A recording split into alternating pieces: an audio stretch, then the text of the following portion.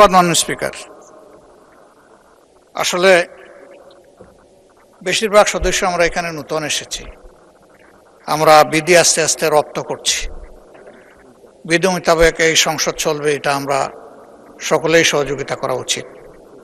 স্পিকারের চেয়ার থেকে বারবার এই অনুরোধ আমাদেরকে জানানো হয়েছে, আমরা এটাকে রেসপেক্ট করি।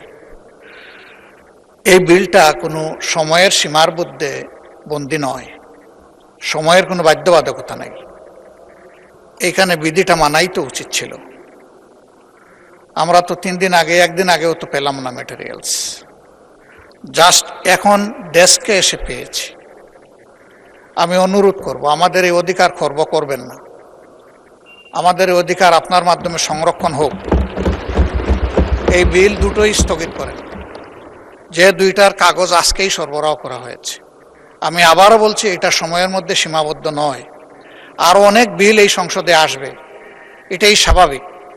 বিল আসবে, আইন সংশোধন হবে, আমরা এগিয়ে যেতে হলে এগুলো লাগবে। কিন্তু যেখানে যেটা প্রযোজ্য সেটা হওয়া উচিত।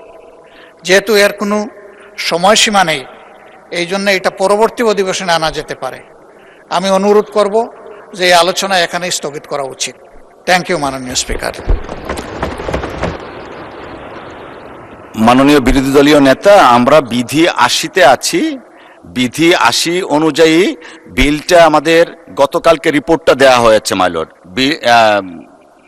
মাননীয় সদস্য, বিল দেওয়া হয়েছে গত পরশুদিন, রিপোর্ট গতকালকে দেওয়া হয়েছে। আর এটা মাননীয় স্পিকারের এখতিয়ার থাকে কন্ডন করার জন্য, আমরা এটা কন্ডন করলাম এবং বিধি মোতাবেক আমরা এখন আইনটি পাস বা আইনটি নাকচের দিকে যাচ্ছি।